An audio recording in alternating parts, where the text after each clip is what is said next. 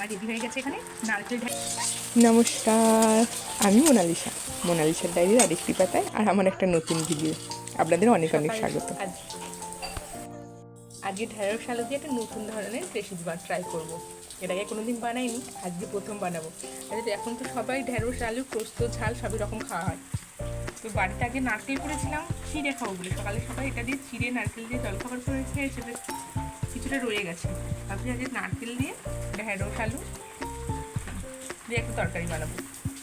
আর সাথে যে জিরে পোস্ত আর তিল বেটে রেখেছি, আর এখানে আলু আর ঢেঁড়স টেনে রেখেছি, আর এখানটা আছে সামান্য নারকেল করা।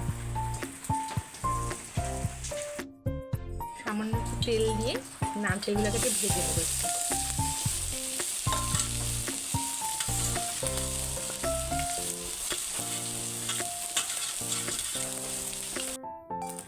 নারকেলগুলো ভাজা হয়ে গেছে। নারকেল মানে নরম, মানে একদম শুকনো নারকেল নয়, শুকনো নারকেল নয়। সামান্য একটু করে তেল দিয়ে কাঁচা লঙ্কা সেদ্ধ করে দিয়ে দিচ্ছি, আর কিছু ফোড়ন।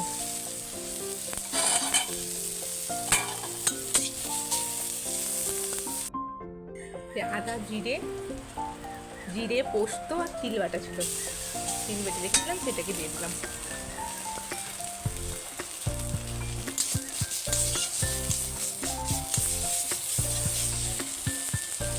মশলাটাকে কষিয়ে নেবো, একটু জল দিয়ে কষিয়ে মশলাটা শুনলেও না, আর বেশি তেল লাগবে না।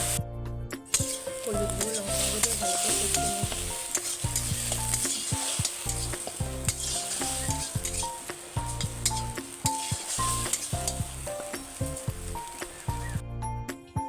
মশলা আমার কষা হয়ে গেছে।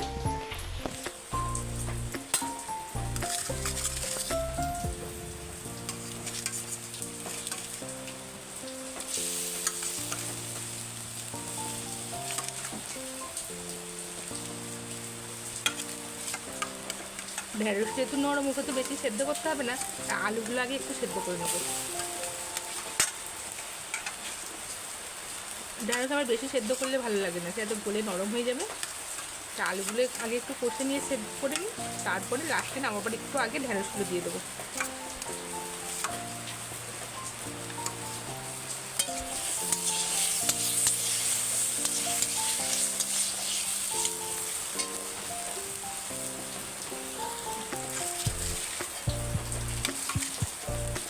তাতে নারকেলটাও দিয়ে দিয়েছি।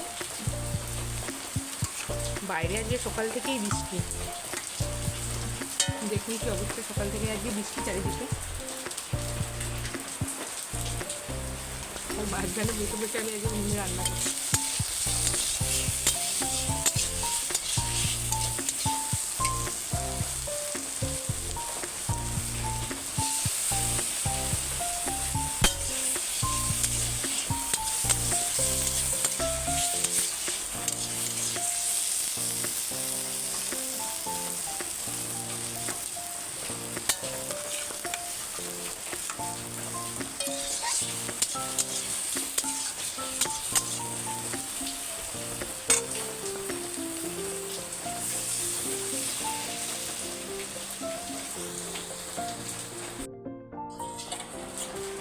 আলুগুলো মোটামুটি প্রায় সেদ্ধ হয়ে গেছে, 80% সেদ্ধ হয়ে গেছে। এবার ভেন্ডিগুলো দিয়ে দেবো, এবার ঢেঁড়সগুলো দিয়ে দেবো।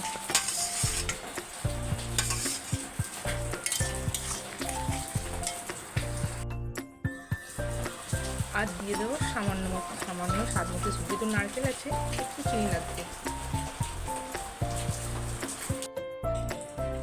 নামানোর পর সামান্য একটু সর্ষের তেল দিয়ে দেবো।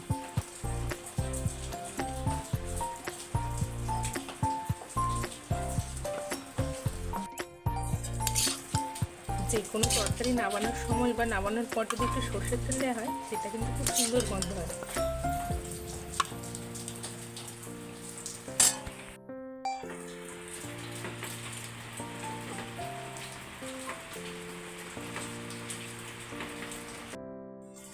আমার রেডি হয়ে গেছে এখানে নারকেল ঢেঁড়স পোস্ত। আজকের ভিডিওটা তাহলে আমি এখানেই শেষ করছি। দেখা হবে অন্যদিন অন্য কোনো একটা নতুন ভিডিও। ততক্ষণ সময় ভালো থাকবেন, আর কমেন্ট করে জানাবেন আপনাদের এই রেসিপিটা বা আমার ভিডিওটা আপনাদের কেমন লেগেছে। আপনারা কিন্তু মুখের স্বাদ বদল করার জন্য এই রেসিপিটা একবার ট্রাই করে দেখতেই পারেন। আশা করছি ভালো লাগবে, কারণ আমাদের তো ভালোই লেগেছিলো।